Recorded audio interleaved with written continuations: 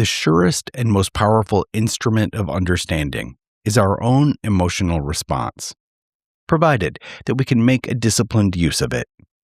Margaret Mead. As going through high school, I did a lot more writing. I got a lot of validation from my writing and wrote for the newspaper, wrote poems for my girlfriends, wrote poems for other people's girlfriends. You don't remember any of the poems that you wrote for anybody else's girlfriends, do you? Oh, I remember one, but just because it was so silly.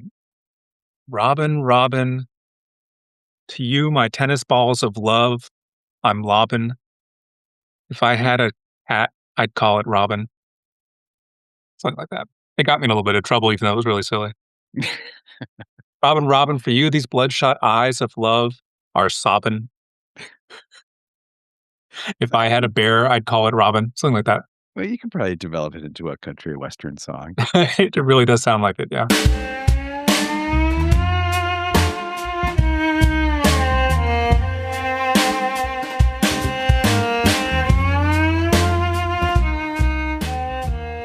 When Sean Cotter, as a young Peace Corps volunteer in Romania, saw the reverence that was given to poets and philosophers, he suspected he had found his people. But at the time, he couldn't understand the spoken words of a child. Flash forward to the present, where Sean, as the world's preeminent translator of Romanian literature into English, now helps shine a light on a place and a people he has loved for a very long time. I'm Christopher Wurst, and this is Soft Power. Powerful. Soft Power. Powerful stories. Powerful. Soft Powerful. Stories. So I was born in Columbus, Ohio. My dad was a professor at Ohio State University. My mom was a professor at Capital University. They had met in grad school studying German. And they always kind of envisioned that I would speak German too. And I didn't want to do foreign languages of any kind. I didn't see the point.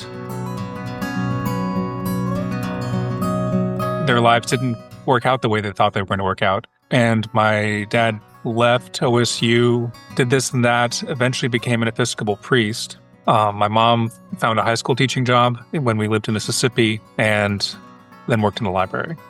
So on the one hand, there was that kind of presence of other languages and other countries. And on the other hand, was a lot of moving around within this country. And I think if there's one thing that marked me growing up, it was this sense of moving. I would move from place to place, make new friends and learn new things. And moving down to Mississippi, which we did when I was 14, seemed like a very big deal for the people that we were leaving behind in Chicago. They seemed to think this was a radical change. And in some ways it was, but it was kind of put on me as though I was going to a different country. The place where we moved was on the coast near Biloxi, a place called Ocean Springs. That's the place that I now feel most at home. That place in Bucharest are probably the two places that I mourn leaving. The only place I've ever cried leaving is Ocean Springs. And that was, that was probably about 10 years ago. So when I was in my 40s. It was a place of, storytelling, place of community, place of hanging out, a place where I became an adult. I went through my adolescence there, stayed in Mississippi for my, through college and for my first job. Well, I actually went to school in New Orleans, but there's a reason why that's, I think of that as part of the same cultural place. But it was also next door to a fairly large Air Force base. And so a lot of the people and a lot of their children with whom I was in high school had lived in many places all over the world. So it had a very kind of cosmopolitan atmosphere. I think that also was something important for me growing up. I always thought of myself as ending up in teaching one way or another. As we were going through high school, I did a lot more writing. I got a lot of validation from my writing, and that was one of the things that my high school in particular emphasized a lot was its literature, its English program. So that gained an importance for me, and I didn't really know how to figure that out for a while. And I got infatuated for a while with the beats. Right? I ended up writing one of my college application essays. Name a book that's been important to you. I chose On the Road, and my mom, when she read my essay, thought, if this book has been really important to my son, then I should read it. For me, this was this great, rambling, decadent book about getting high and listening to jazz and having these crazy experiences and driving back and forth and driving back and forth. And my mom, when she read it, she said, I can't finish this book. Like, why not? She said, well, it just feels too much like my own life. And I think I asked her about it again many years later, and she said just the sense of transience was kind of too powerful for her. And it wasn't so much the getting high. I did my junior year abroad in England, kind of unadventurously.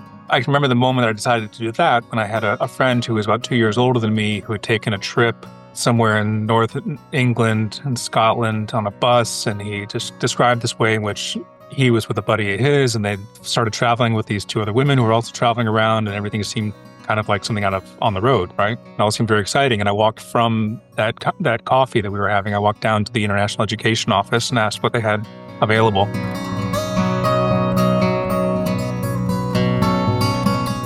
I went to a Jesuit school, went to Loyola University, New Orleans, and also, upbringing in Episcopal Church. Both of these things had a strong service ideology. And so when I finished college, I remember just trying to think, like, how am I going to combine two things? Some kind of sense of serving other people and some sense of travel. I really wanted to get out again and just feel that rush. I mean, later I've come to think of this as the learning curve, kind of an addiction to the learning curve, right? Where everything seems so new and you're making such progress at every moment and learning about another place and learning how to navigate it. And you're getting better so quickly. At that point, leaving college, I was just fascinated by the learning curve. And I wanted to keep running up the hill, to quote Kate Bush. I knew very little, but I knew that da and nu were yes and no, but I confused them. And the airport, Otapan was kind of a shambles, and there were the people just running around trying to get a tip by carrying your bags for you. And I remember this guy grabbed my bags, and I shortly realized that he wasn't stealing them. He was trying to get a tip, and I started yelling at him, yes, yes, da, da. And he looked at me surprised because he fully expected me to tell him no. That was probably my first encounter of how things were going to be weird. I was really impressed with Romania because I got the idea very quickly that this was a place that valued poetry. Everybody was talking about two philosophers as the most interesting celebrities in the country at that time. And that kind of blew my mind. Someone who was an English major and who was writing poetry. I remember one time I was at dinner where I stayed with the host family, one of our regular meals, and their son and daughter had come over, and the daughter had a 5-year-old who was just very, very small and very, very cute. And after dinner, they said, the 5-year-old's been learning poetry at school. And she had been studying Eminescu, who is this 19th century national poet. And, lots of East European countries have national poets. And the 5-year-old was told to recite something. So she stood up and adopted kind of a rhetorical pose, with her feet at a certain angle and her hands clasped together across her chest. And she began to declaim these lines of rhyming Romanian with this terrifying intensity. I understood nothing at all, but I was impressed that she was being given a moment to do this at the end of the dinner. And so I said, wow, that was great. I write poetry. And everybody got really serious. And the father looked at me, he says, you write poetry? And I said, yeah, I do. And he says, prove it. And I didn't know if I was supposed to stand up now and also adopt a rhetorical posture and also recite something that I had written. But I couldn't do that. So I went into my room and I came back with some loose sheets of paper where I'd been writing my poems. Some of them were typed that I brought along with me. Some of them were things I'd been writing there.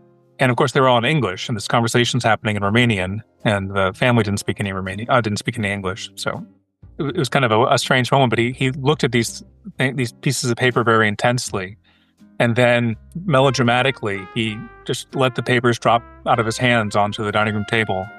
And then he looked over at his wife, at the mother of the family, and kind of shrugged and almost rolled his eyes, right? Because he was saying oh, now we've got this to deal with. Look at you bringing a poet into the house. Now what are we going to do? And he, from that moment on, treated me completely differently.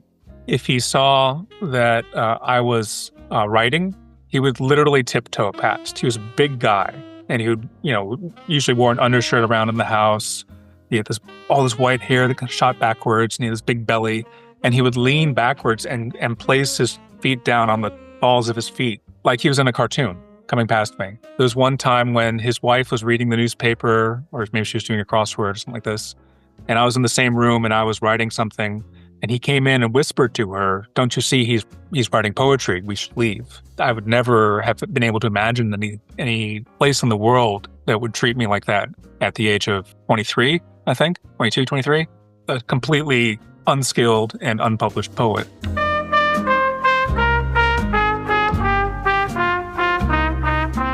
The father and I didn't have that much Romanian to really understand him, but he liked to kind of hang out with me.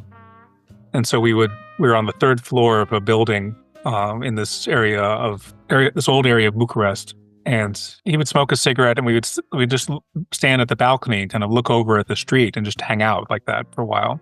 He had put some rugs onto the rail of the balcony, on the edge of the balcony, so you would have kind of padding for him to lean on. And yeah, he'd smoke, and he would point at things, and I would do my best to understand, right? He would point at a person, and he would say, "America," a person walking down on the street below. And I would understand that either that person was an American, or had been to America, or had a relative who had been to America, or had once watched an American movie. I don't know, but he would just kind of indicate things, and he was trying to help me learn Romanian, so he would point to trees and say words, or he'd point to birds and say words, and so on, and I'd repeat them back, and we did our best. It was an amazing family. They were all in transportation in one way or another. He drove a very, very small cargo truck. His son was a taxi driver who lived in the basement apartment in the same building. And the wife had been a tram driver. One of my favorite words is vatmana. So we were looking one time, and I knew that Bucharest had a stray dog problem, so I was kind of registering the dogs that were on the street as well as we were looking at these things. I noticed that people would walk down the streets holding their dogs in their hands, carrying their dogs. And I thought, oh, that makes sense. This isn't anything I've seen before, but surely it's because they don't want their dogs to be on the same streets as the stray dogs. I was just taking basically two facts that I had and making a story out of them. They didn't want to either have their dogs fight the stray dogs, or, heaven forbid, mate with the stray dogs, or anything like this. And I worked on this story in my head and kind of adopted it as truth for probably a month. It took me that long to realize that the building where we were living had a veterinary clinic on its first floor, and these were just simply sick dogs that were coming in. So I think about that a lot, partly because it's a story about learning. It's a story about the learning curve, but it's also a story about, just a little bit of knowledge can actually result in less knowledge than you had when you started off with that process. I mean, I suppose the thing I least expected was to end up as an English tutor to some of the undersecretaries of the Ministry of Finance. I don't know what kind of deal I was part of, what Peace Corps needed that they bargained us for. But it was an experience. It was, I would get picked up in the morning by a chauffeur in a really ragged out Dacia car and taken over to the Ministry of Finance with one of these huge marble buildings that Ceausescu had built. And we'd walk up these enormous stairs and people would bow. And then we'd go into these big rooms that were way too heavily, mahogany and with big kind of tatty 1980s velvet curtains. And we would sit down at the table, and I would try to teach people English. What they told us was that they were going off to other countries and they had to speak English. The main situation they wanted us to address was what they could say to people in the car on the way back to the airport. And so we tried to teach them how to talk about families or how to talk about soccer. It was like The Red and the Black, if you ever read this novel. It's like it's a time when the people in power had a really tenuous sense of what was going on. This was 1994, 1995. The coup had been in 1989. The miners' strikes had been in 1991. Like, these were not folks who had a sense that they were going to be there forever, or that even if they were friends with the other people around the table from them. I remember one guy had a really lazy eye isn't the right word, but one of his eyes was always looking over to the side of his head as though he was watching out for somebody coming up from an unknown angle. That was kind of an experience of the upper echelons of Romanian politics that I think surprised me and would have surprised people that I knew back home. Flashing forward, you become a master of this language, But to get to the point that you are now required such a huge investment and such a huge, decision that this was a path that you wanted to follow. Was it the love of the culture? Was it the love of the people? Was it the love of the language itself? How did that happen that you decided to invest all of this? I like that you, in the list of things that you were just offering there, it was all about love. And yeah, so I'm motivated in part by love of the whole shebang.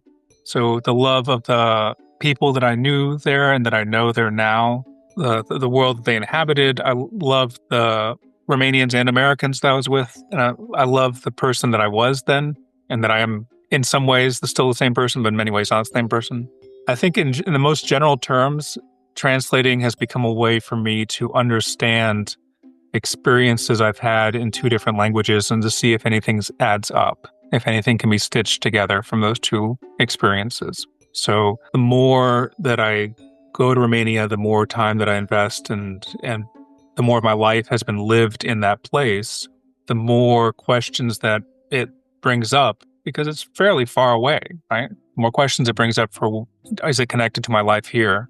There's been times when I wasn't able to go to Romania for a while, and I had this sensation when I would look over at my bookshelf and I would see these books written in a different language, and it would seem kind of strange to me, right? It would seem like, I was the victim of an elaborate hoax that was trying to explain to me that there's this other world and that all these books have been kind of planted in my house. Because there's only so much your brain can hold on to at any particular moment, right? But then you go back, and there it is. There's this moment, I don't want to get too lit professor frou-frou, but there's this part in Don Quixote at the beginning where his family, he goes out for the first time and tries to become a knight because of all the books that he's read, and then comes back to the house and he's had the crap beat out of him several times. And he's an old man, and his family take pity on him, and his daughter and some other people from the village not only throw out all his books, but they wall over the entryway to the library in his house.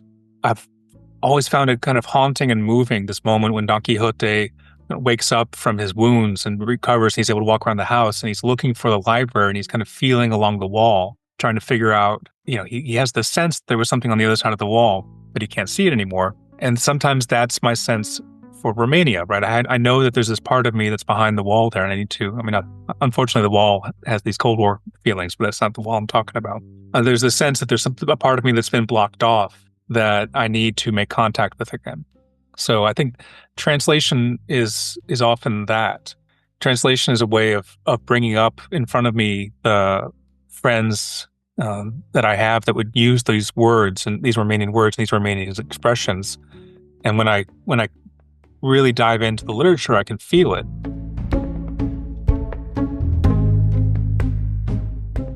One of the really cliched or common questions that I'm asked in Romania is for my favorite word. And what's your favorite Romanian word? And there's lots of possibilities. I know that most of the time these reporters are looking for one word in particular, which is dor. This is like saudade or litost or any of these words that are supposed to be untranslatable and mean a sense of yearning and homeliness and all these things. And there's this whole mythology around the word dor, and that's the right answer. And so it's not the right answer for me, though. And partly because I'm perverse, I tell them that my favorite word is mda, which is just da with at the beginning of it. It just means yes, but there's a sense of hesitation. The reason I love that word is because it's a gestural word. It's a word that has a whole attitude behind it, and it takes me right back. Right, I'm right when I read that word or hear that word in my head or hear myself say the word. I'm exactly at a cafe where somebody's on the phone talking to somebody else, and there's a cup of coffee in front of them, and they're facing away from me, and the cafe is noisy, and the chairs are made out of plastic, and the person's on the phone making plans with somebody, and someone has suggested something that they're not too sure about, and they say, "Da, we'll try to get there on time, but chances are we're going to be late."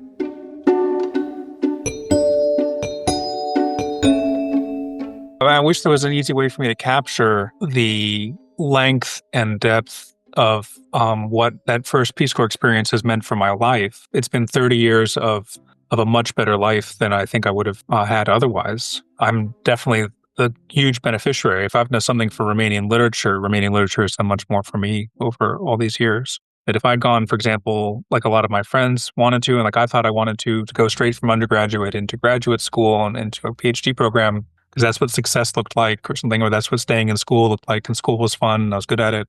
If I had done that and not gone abroad, I would have had a very narrow cultural world. Whereas now I work in translation and I'm fascinated by the questions of moving between cultures. And I think for me, that's just much more exciting and seems to be more satisfying to me.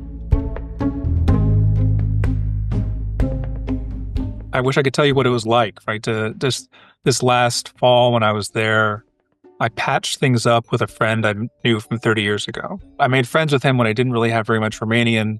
And we've had this long relationship. It's somebody I've translated. We'd had a falling out kind of over email and over a couple other things.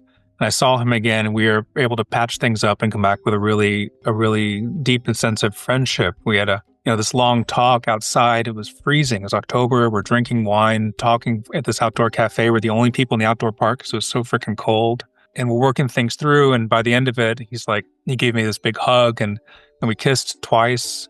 And then he's like, 3 times, Russian style.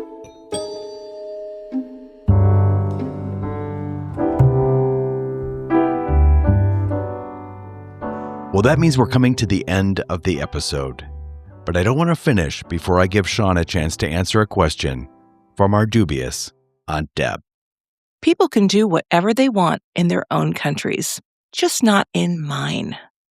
There's nothing wrong with that opinion, is there?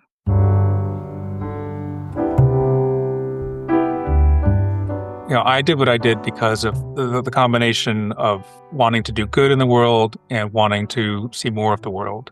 I think my aunt might be more persuaded by the fact that if we're doing good in other places, then people are less likely to want to move to the United States, right?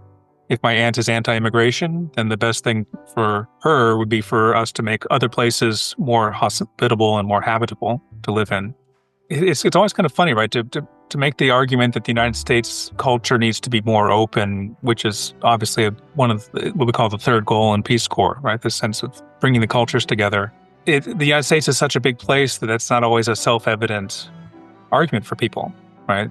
I think it's easier if your entire world is very small, then yes, you need to go outside of it. But the United States is very big, so it's sometimes hard to make that argument for people. There's an inherent value in expanding your world. There's an inherent value in being on good terms with people from other places.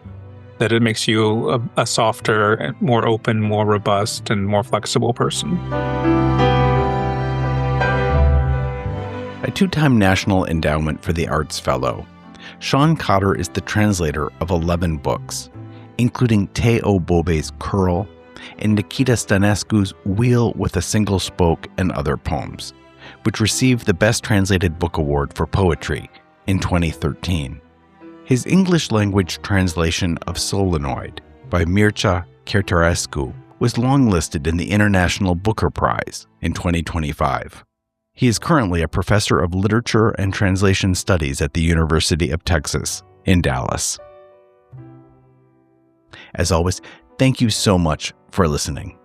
You can find out more about SoftPower FulStories at softpowerfulstories.org, where you'll learn more about the guests, see pictures of them in action, and have a chance to get in touch with us. We would love to hear from you. If you haven't already followed us wherever you get your podcasts, there's no time like the present. Thank you to my friend Kathy Zilski for her playing Dubious Aunt Deb week to week, even though she's nothing like Dubious Aunt Deb ever.